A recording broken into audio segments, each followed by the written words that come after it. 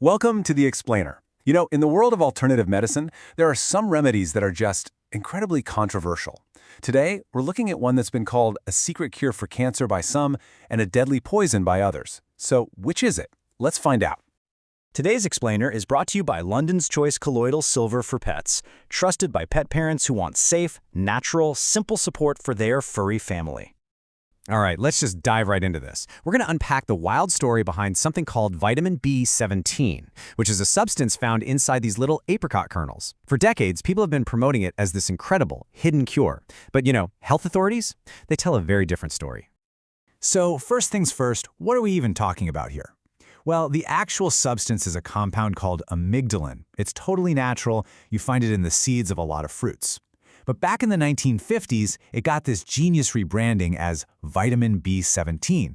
And that was such a clever marketing move, right? Because it reframes cancer not as this huge complex disease, but as a simple deficiency, something you could fix just by popping a vitamin. The thing is, and this is absolutely crucial, the scientific community does not recognize B17 as a vitamin, not at all. So how in the world did this idea get so popular? To really get it, we've got to go back to the very beginning. You see, the story of B17 wasn't an overnight thing. It was built piece by piece over decades. It actually started way back in the 1920s with a Dr. Krebs Sr. He saw that this compound could shrink tumors in mice, but he came to a pretty stark conclusion. It was way too toxic for people. Fast forward a few decades, and his own son, Krebs Jr., repackages a modified version, calls it Latril, and slaps that catchy vitamin B17 name on it. And then boom, the idea just caught fire, especially after a popular book came out promoting it as the cure. And listen, this wasn't just some tiny fringe idea. It gained serious traction. We're talking about a time when there was a lot of hope, some really powerful storytelling, and a deep, deep distrust of conventional medicine.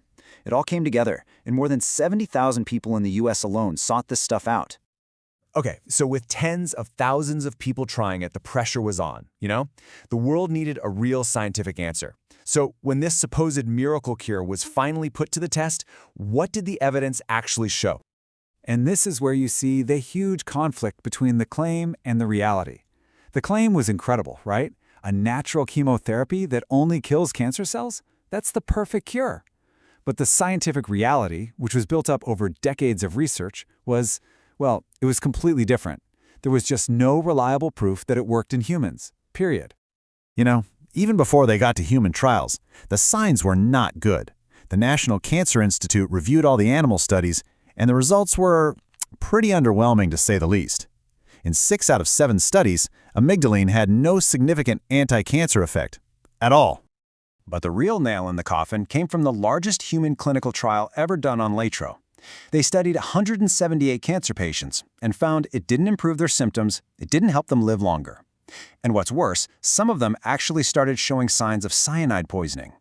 The final conclusion, published in one of the world's top medical journals, was crystal clear. It's a toxic drug that is not effective.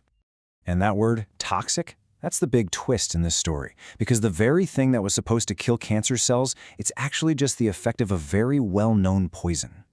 So here's what's actually going on in the body. When you eat these apricot seeds, enzymes in your gut get to work and break down the amygdalin. And a byproduct of that whole process is hydrogen cyanide. And this stuff isn't some targeted cancer killer, it's a poison that basically stops all of your body's cells from using oxygen. And the danger here is so real and it happens fast. It might start with just feeling sick and dizzy, but as your body is starved of oxygen, the symptoms get way worse. We're talking confusion, seizures, and if a large enough dose is taken, the final outcome can be a fatal cardiac arrest. And just to be super clear about how serious this is, it takes a shockingly small amount to be lethal. For a small child, eating just 5 to 10 of these raw kernels could be fatal. The risk is incredibly real. Made in small batches with just distilled water and silver, London's Choice is clean, effective, and trusted daily by real pet owners across North America. Find it on Amazon, Walmart, or at londonschoice.com. So because of this obvious danger, it's no surprise that health authorities all over the world took action. The FDA in the US banned Latril for medical use way back in 1979. Other countries like Australia and New Zealand just banned the sale of the raw kernels completely. Canada set really strict limits on how much cyanide is allowed in any kernels sold as food. The global consensus is pretty clear on this one. So what does this whole story teach us? Beyond just apricot seeds, it's a really powerful lesson in critical thinking, especially when we're talking about our health. I think the most important thing to take away from the whole B17 saga is this one simple but absolutely vital truth. Just because something comes from a plant, just because it's natural, does not mean it's safe. It also doesn't mean it works as a medicine. I mean, think about it. Some of the deadliest poisons on Earth are 100% natural.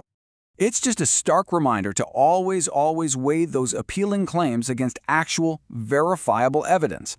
Let's break it down. Vitamin B17 was sold as a secret cancer-curing vitamin. The reality? It's not a vitamin, it doesn't work, and it's actually really dangerous.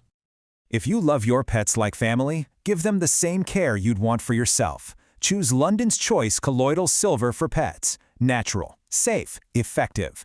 And remember, buy one, give one to a rescue in need. The story of vitamin B17 is such a powerful reminder. When hope and hype get mixed together, it's more important than ever to just question things, to investigate, and to always look for the real evidence. It really makes you wonder, doesn't it? What other miracle cures out there deserve a second look?